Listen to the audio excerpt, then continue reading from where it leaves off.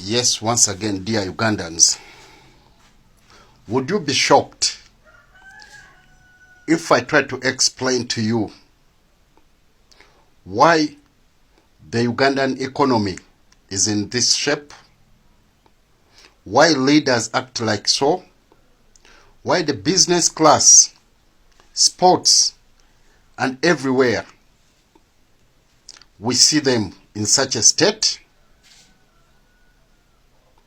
Tuula owulirize katambuze osanga tunafunamu ekyokuyiga.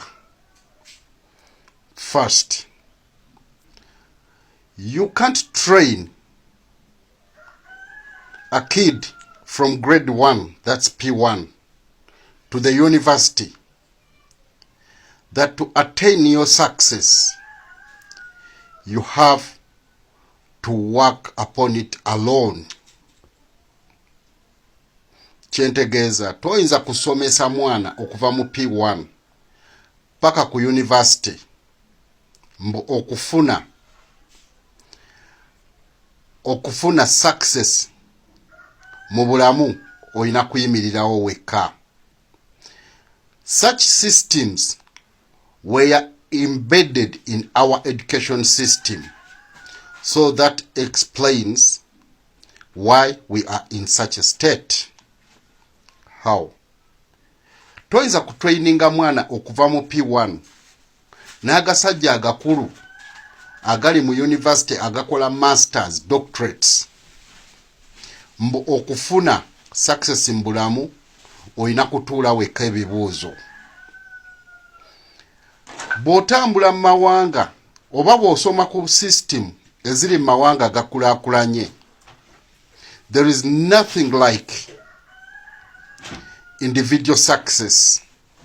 All success depends on group work. Ebibuuzo babikola in terms of groups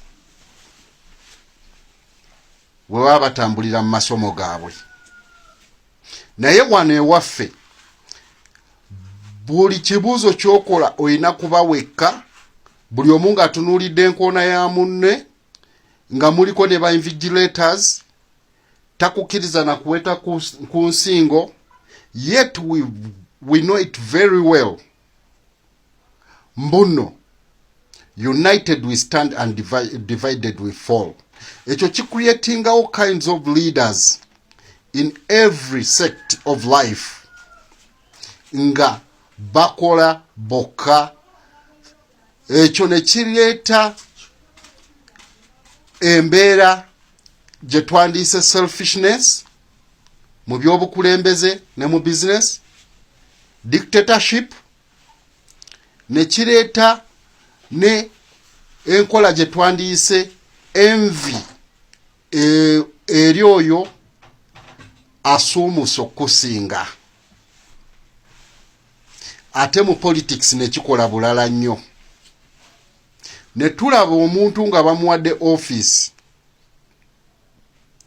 olwa dictatorship, selfishness ne envious feelings, n'atandika okubba essente z'omuwi w'omusolo so that afuuke wakabi individually okusinga ku banne baakola nabo. Ne batandika okwekolamu engambo ezitajja, okwewayiriza, obulogo n'okulemesa. Eyo system teyagwawo bugwi mu bukulembeze bwaffe bwa Uganda. Baava buto nga batraininga abantu mbu omuntu okusuumuuka, okubeera owakabi, oyina kuyimirirawo wekka. So,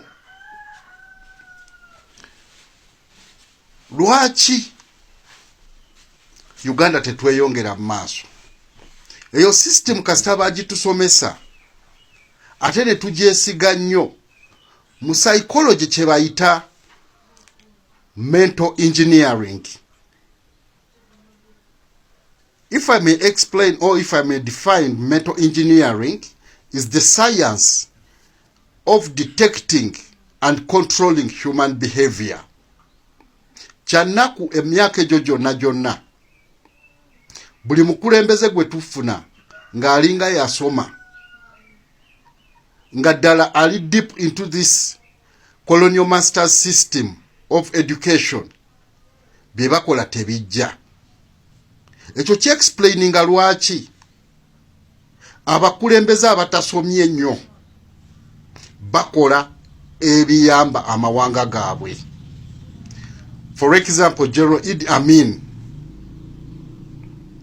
bagamba yakoma mu P3 naye yayimirirawo ku lw'omwoyo gw'eggwanga mu myaka 8 n'approvinga mbuno musajja yali akolera ggwanga.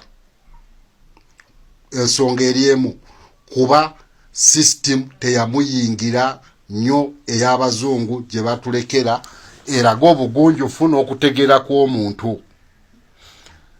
Nze nkizudde system ya education gye tuyina ekujjamu obuntu n'ekussaamu obukafiiri. Tulaba General Amin mu myaka 8 embassies zonna eza Uganda n'azigula n'ajja Uganda mu bbanja n'ayimirizawo economy. Ye kaseera kokka Uganda we yali efunye economic independence n'ezimba amagye ag'amaanyi. Lwaki? Kubanga teyali indoctrinated into a slave master system. Here comes this NRM government. Ye government ejjudde abaasoma ne bagamba mbuno amagye bagasomesa ne bagafula professional.